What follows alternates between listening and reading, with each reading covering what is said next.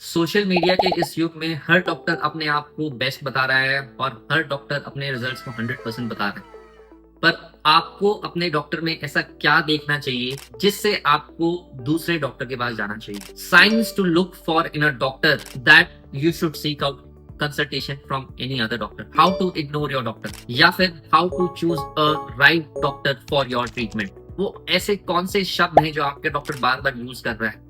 वो ऐसा क्या पहन रहा है? वो अपनी ओपीडी में ऐसे क्या रखा हुआ है जो आपको देखते ही सोच लेना चाहिए कि मुझे किसी और डॉक्टर को जरूर दिखाना चाहिए?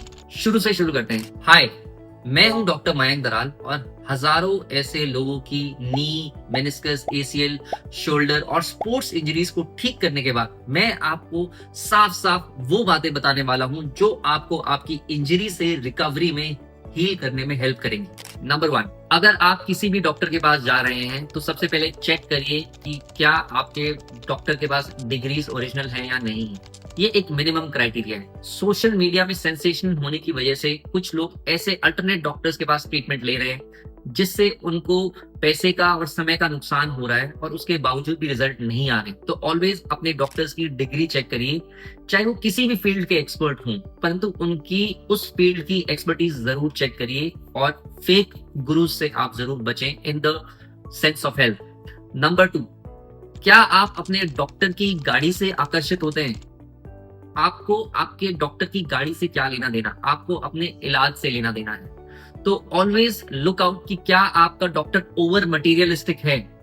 मैं इस बात के खिलाफ नहीं हूं कि डॉक्टर्स को बड़ी गाड़ी नहीं रखनी चाहिए, नहीं रख सकते हैं, परंतु अपने प्रमोशन के लिए जहां डॉक्टर्स अपनी बड़ी बड़ी गाड़ियां सोशल मीडिया पे दिखा रहे हैं, कोई अपनी लैम्बोर्गिनी, कोई अपनी पोर्शे दिखा रहा है, तो वो एक कहीं ना कहीं पेशेंट उससे आकर्षित हो रहा है। तो मुझे लगता है कि ये पेशेंट के पार्ट पे गलती है, तो इसको थोड़ा इग्नोर करना चाहिए और आपको कहीं ना कहीं दोबारा कंसल्टेशन सीक आउट करनी चाहिए, क्योंकि ultimate form of sophistication is simplicity.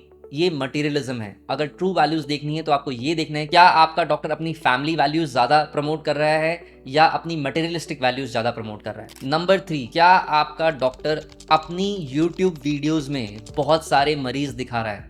ये भी एक रेड फ्लैग साइन है। मरीज दिखाना एक वीडियो में कोई बुरी बात नहीं है, परंतु मरीज को फिल्म करना धोखे से, एंगल से या विदाउट कंसेंट भी एक टाइप ऑफ प्रमोशनलिज्म है। सही डॉक्टर अपना ज्ञान देते हैं, ना केवल ये शोशेबाजी करते हैं। तो इसमें भी आपको एक सेकंड कंसल्टेशन डॉक्टर के पास जाने से पीछे नहीं हटना चाहिए, क्योंकि पेशेंट की प्राइवेसी भी सबसे ऊपर है। दूसरा, उसकी कंसेंट फॉर फिल्मिंग भी एक बहुत ज़रूरी चीज़ है जो आपका डॉक्टर कहीं ना कहीं लैक कर रहा है और कहीं ना कहीं वो उसके प्रोफेशनल कंडक्ट में मिस एटीट्यूड है। नंबर 4, क्या आपका डॉक्टर बार बार एक ही बात कर रहा है कि नेक्स्ट विजिट, नेक्स्ट स्कैन और नेक्स्ट 6 मंथ्स, क्योंकि ये सब चीज़ कहीं ना कहीं आपका खर्चा बढ़ा रहे हैं। और राइट डॉक्टर हमेशा सोचता है आपका एक्सपेंस कम करने की, क्योंकि middle class is 1 hospital bill away from poverty.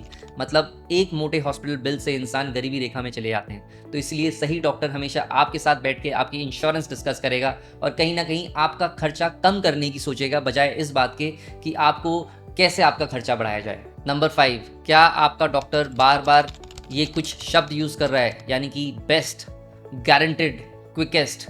अगर ये कुछ वर्ड्स यूज कर रहा है तो आपको इसमें भी चौकन्ना होना चाहिए, क्योंकि हीलिंग एक नेचुरल प्रोसेस है और जैसे बच्चा 9 महीने में पैदा होता है उसी प्रकार से आप चाह के भी उसे 3 महीने में नहीं कर सकते।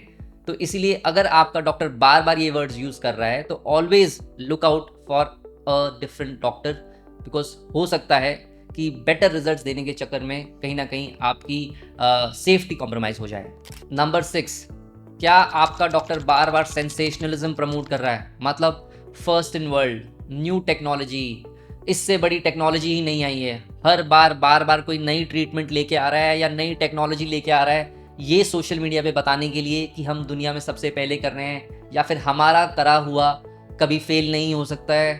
दोस्तों, सर्जरी एक ऐसी फील्ड है या आपकी ट्रीटमेंट एक ऐसी चीज़ है जिसमें हीलिंग का बहुत बड़ा रोल है। और कहीं ना कहीं अगर आपका डॉक्टर ये कहता है कि मैं ही एकमात्र ऐसा डॉक्टर हूँ कि केवल दुनिया में जो पहले सबसे ये ट्रीटमेंट लेके आया हूँ, बार बार सेंसेशनलिज्म करके अपने आप को बेच रहा है, तो आपको चौकन्ना होना चाहिए, क्योंकि हमारा रास्ता सही है और केवल हमारा रास्ता सही है।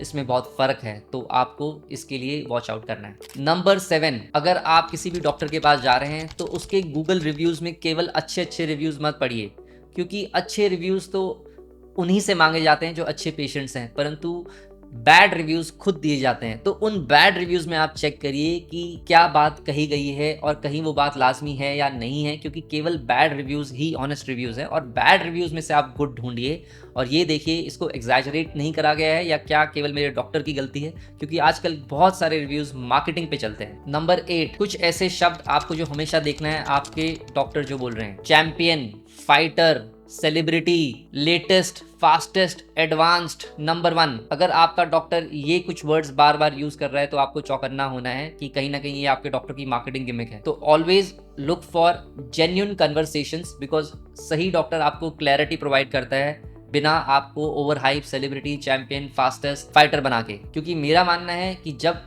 कोई भी मरीज किसी भी डॉक्टर के पास जाता है उसे एक प्रोफेशनल डिग्निटी के साथ एड्रेस करना चाहिए और unnecessary sugar coated words use नहीं करने चाहिए।